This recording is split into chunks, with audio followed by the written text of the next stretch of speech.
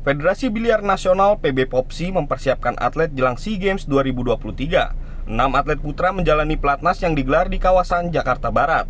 Tanpa kategori putri yang tidak dipertandingkan, 6 atlet ini akan turun di 7 nomor pertandingan dengan target minimal meraih 2 medali emas. Emas diharapkan bisa hadir dari nomor snooker dan pool. Tanpa meremehkan setiap kontestan, Indonesia mewaspadai Malaysia, Thailand, dan Singapura yang masih berpotensi menjadi lawan terberat di Kamboja nanti.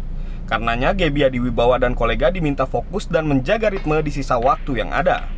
Harapannya seluruh atlet dapat menjalani pemusatan latihan nasional ini secara maksimal sehingga dapat mencapai target latihan setiap hari sehingga outputnya pada SEA Games nanti dapat menyumbangkan emas sebanyak-banyaknya bagi tim Indonesia. Kita akan melihat jadwal pertandingan lainnya yang sesuai dengan program latihan kita. Pada SEA Games Kamboja, Indonesia absen mengirim atletnya.